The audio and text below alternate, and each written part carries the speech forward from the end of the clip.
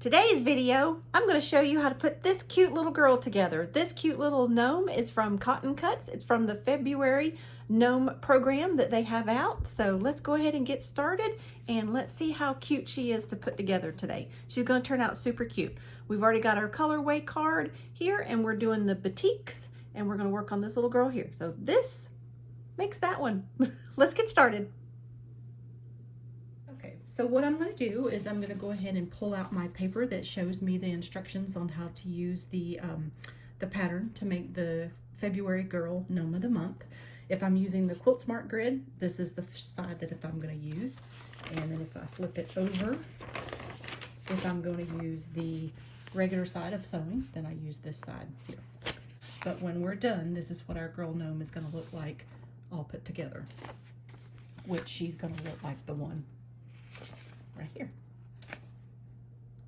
So if you are following Andrea over at Arkansas Gals, she's doing the solids with the February gnomes, and she is an ambassador like I am, and then I'm doing the batiks. And if you notice, the nose is a little bit different in color from January. So I learned from another content creator who's doing the gnome program as well. I'll give her a shout out in the description. But I'm doing the batik, so the nose color is a little bit different than January. So when we're all said and done, this little girl right here is going to be done. She's going to be so cute.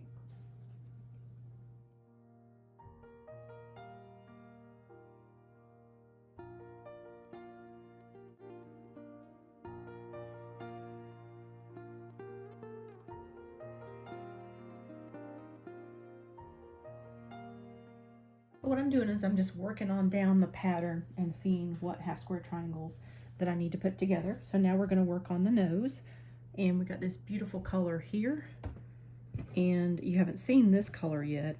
Look how beautiful that color is.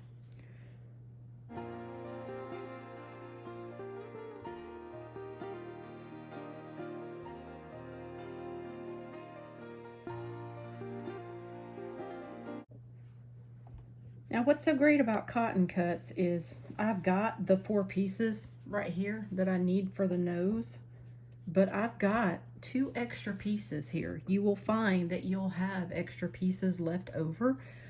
Maybe you make a rat's nest like this one. Can you see that? I made a complete rat's nest, and that's because I didn't use a leader fabric.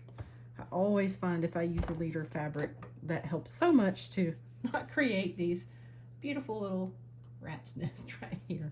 So just wanted to share with you also, that you'll get some extra pieces along with it so that you're not, panicking if you make a mistake. Errors do happen. So moving on down the list, we're gonna keep on going. And now we're gonna put these 2 beautiful colors together.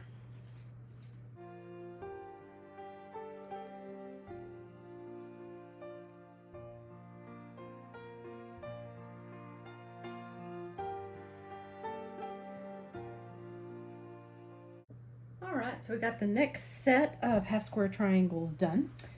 And another thing that's really great with Cotton Cuts, with you having to sew all these half square triangles together, if you are a beginner quilter or you just haven't done half square triangles in a long time, this definitely gives you some good experience to get those 1/4 inch seams working really, really well.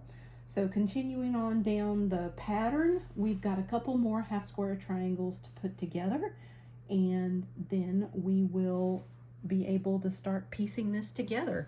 And I have something special to share on this one with you, just like I did with the boy gnome. We are going to use the Quilt Smart grid, and man, it's a game changer. You're gonna love it.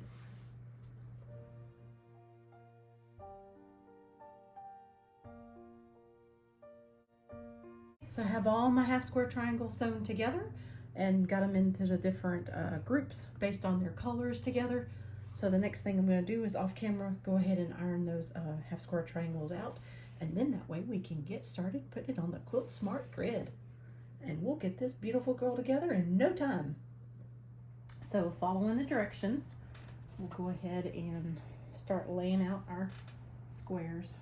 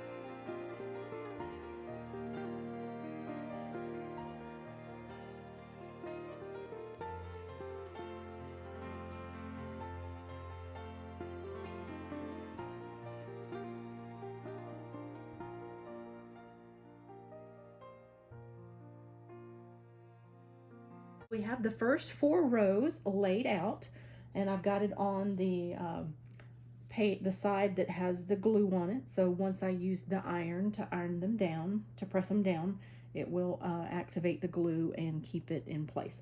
What I will do is kind of just go in and make sure that all the squares that I have, my fabric squares, are lined up as much as they can in between the little blocks.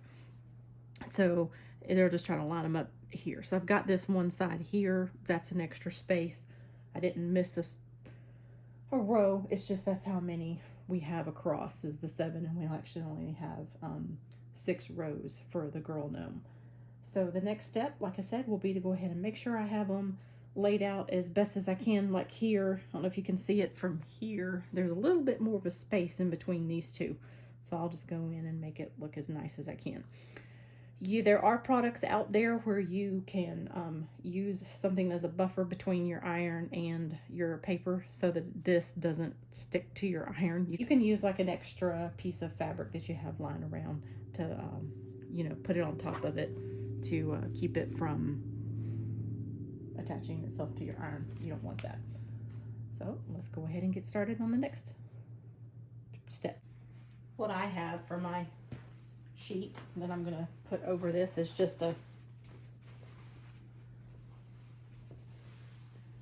pillowcase that I've used before, and it's just white, and I just use it to put it over my fabric. Then I'll take my iron and go back over it. Okay, so now we've got the first 4 rows put together. So we're just gonna move it on down.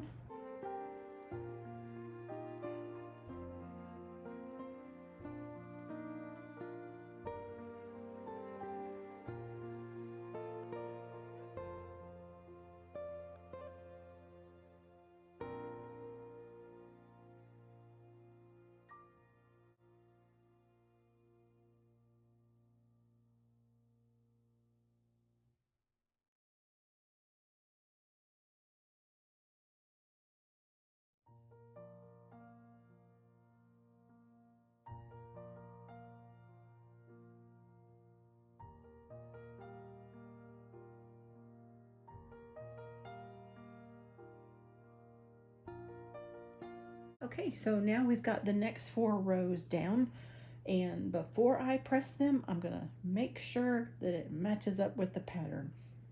With these pinks, they're so vibrant, but yet, like I can see this one right here really seems to stand out as darker than the other colors, but it's the same. So it's just this one little piece of batik was really pretty. So that's what gives the gnomes the dimensions, by using the batik fabrics. So now we're going to lay my piece of fabric over them and go ahead and iron them down. I really do this just so that I make sure that none of my pieces fly away. I did see earlier that I had one of my squares that I really just didn't like the way it was pressed on the Smart Quilt Grid. So I actually was able to lift it up and repress it down. So that tells me that, you know, if you're in the middle of it and you do make a mistake, it won't be too bad if you need to move it just a little. I just carefully peeled it off. Okay, so we've gotten rows 1 through 8 left, or done, and now we've got 9, 10, and 11. And once we have 9, 10, and 11 rows done, we're done. Well, part of it.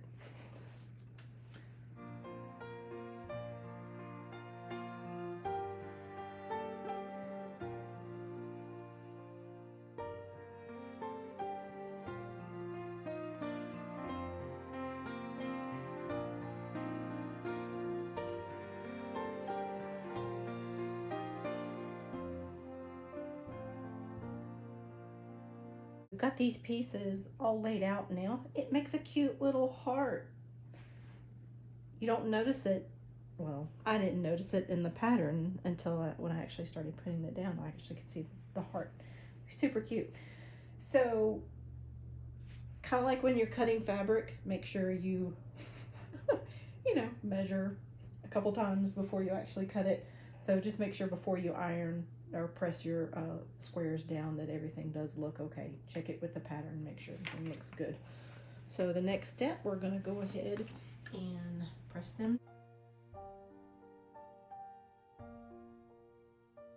Okay, so this beautiful little girl is done, at least with the pressing.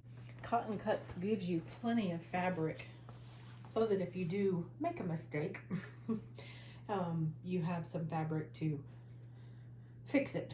So you have your own little oops kit. So now we've got all the squares pressed down.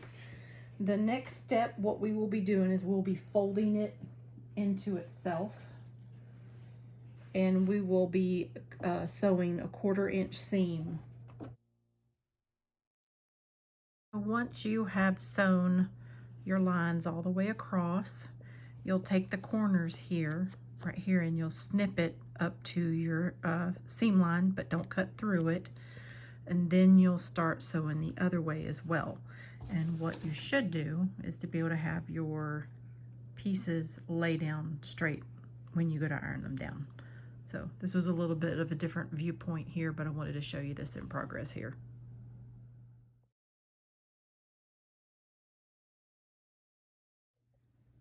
Well, y'all, she turned out super cute. Look at her. I love it. So this was the February Girl Gnome for Cotton Cuts, and it turned out so great. Underneath it, I have the January Boy Gnome. He turned out super cute too. There's another video out for that one. I'll link that one in the description for you. But this one, I love her. She's so cute. Until next time, take care. Bye.